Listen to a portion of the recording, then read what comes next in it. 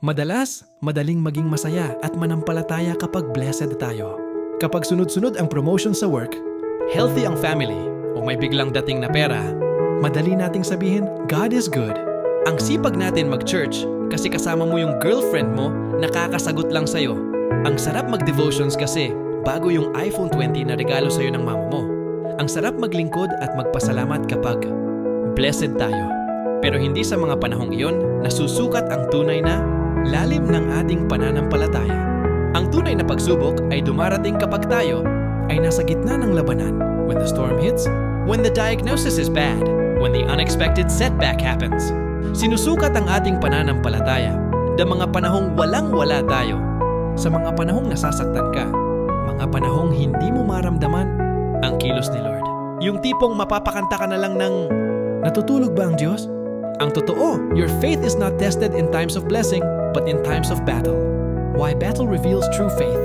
God allows battles in our lives not to punish us, but to refine us. Battle exposes what we really trust. The battle forces us to move our trust from our money, our strength, or our connections, and place it solely on God.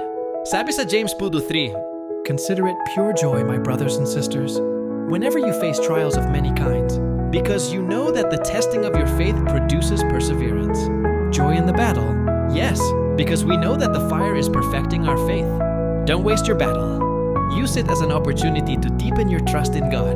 Lahat ng nangyayari sa atin, maganda man o pangit, ay kasama sa magandang plano ng Diyos sa ating buhay. Hold on to God's promises. Instead of focusing on the size of the problem, focus on the size of your God. Basahin ang salita niya at kunin ang mga promises niya. Those promises are your weapons in the battle. Di mo kailangan ng sandamakmak na motivational speakers. Para lang maging motivated, si Lord lang sapat na. Pray with brutal honesty. Tell God exactly how you feel. Your fear, your anger, your doubt. But after you release those feelings, surrender the fight to Him. Minsan kasi nasanay tayo na tuwing kakain lang bago mag-pray, mas marami ka pang time sa jowa mo kesa kay Lord. Ngayon maging honest ka sa Kanya. Be true to Him. Remember past victories. Look back at the blessings in your life. If God was faithful before, He will be faithful now. Problema sa ating mga tao, mabilis tayo makalimot. Kung nating faithful si Lord sa'yo dati, malamang siya pa rin sa iyong future. Dahil hindi siya nagbabago. Hindi ka niya iniwan dati, hindi ka rin niya iiwan ngayon. Ang blessings ng buhay ay nagpapakita ng kabutihan ng Diyos, pero ang battle o ang ating laban sa buhay ay ang nagpapakita ng katapatan mo. Don't run from the battle.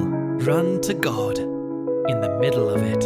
Because when you emerge, your faith will be stronger, deeper, and truly battle-tested.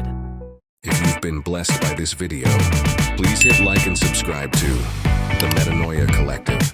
Always remember that Jesus loves you and has a wonderful plan for your life.